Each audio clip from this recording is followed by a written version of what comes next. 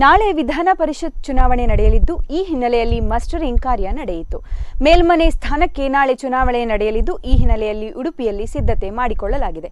ವಿಧಾನ ಪರಿಷತ್ ಚುನಾವಣೆ ಪ್ರಯುಕ್ತ ಉಡುಪಿ ತಾಲೂಕು ಕಚೇರಿಯಲ್ಲಿ ಮಸ್ಟರಿಂಗ್ ಕಾರ್ಯ ನಡೆಯಿತು. ಕೇಂದ್ರಕ್ಕೆ ಜಿಲ್ಲಾಧಿಕಾರಿ ಕೂರ್ಮರಾವ್ ಎಂ ಭೇಟಿ ನೀಡಿ ಪರಿಶೀಲನೆ ನಡೆಸಿದರು.